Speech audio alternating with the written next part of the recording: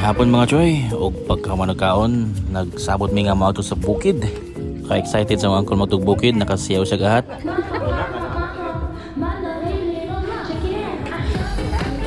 Nakakaghan. Ate ko naman exercise ba? Mga nagniwang o kayo mo na ako exercise ba? Kung magkikiyay sa uncle no, nangandam namin para mo largo na sa bukid.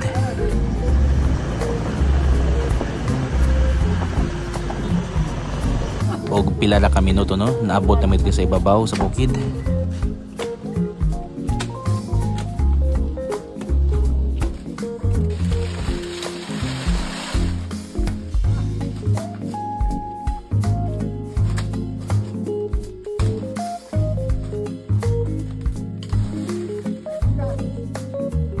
Okay, nakapundo naman may og hangin, sugod na may og kamang padung sa payag.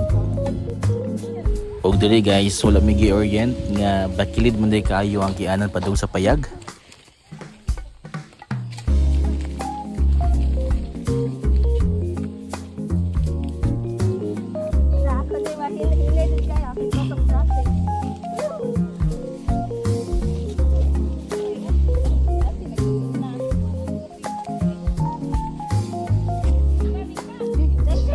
Oh, ay kay gudit.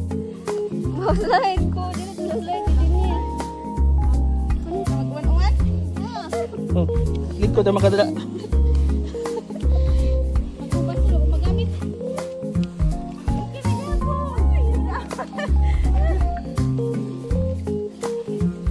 Og diri pagkahuman og panaog, pasaka na pod.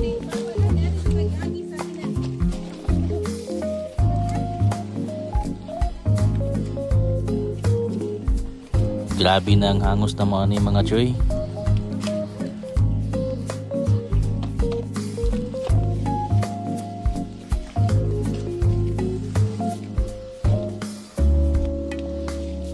Nagdungan na og to ang among singot og sipon ni mga choy. Hapit na tamabot sa payag.